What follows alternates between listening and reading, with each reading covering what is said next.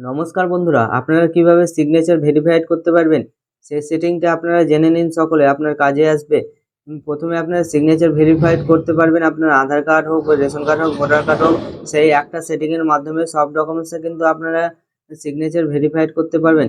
প্রথমে আপনার কম্পিউটার গ্যালারিতে চলে আসবেন, যেটা ডাউনলোড করেছেন সিগনেচার ভেরিফাইড করার জন্য। সেই পিডিএফটা আপনারা প্রথমে ওপেন করে নেবেন। পিডিএফটা ওপেন করার পরে দেখতে পাচ্ছেন বার্থ সার্টিফিকেট আপনাদের সিগনেচারটা ভেরিফাইড করে দেখিয়ে দিচ্ছি। আপনারা সমস্ত কিছুতে কিন্তু আপনারা সিগনেচার ভেরিফাইড করতে পারবেন। সিগনেচার ভেরিফাইড করার জন্য প্রথমে সিগনেচার অপশনে রাইট ক্লিক করবেন, যেখানে আপনার সিগনেচারটা ভেরিফাইড করবেন। তারপরে এখানে দেখতে পাচ্ছেন সিগনেচার প্রপার্টিস, সেখানে ক্লিক করবেন। সেখানে ক্লিক করার পরে এখানে শো সিঙ্গার সার্টিফিকেট বলে আছে, সেখানে আপনারা ক্লিক করবেন।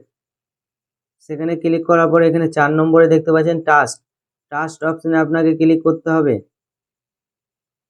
টাস্ক অপশনে ক্লিক করার পরে এখানে দেখতে পাচ্ছেন অ্যাড টু টাস্ক সার্টিফিকেট, সেখানে ক্লিক করবেন। সেখানে ক্লিক করার পরে ওকে টিপবেন।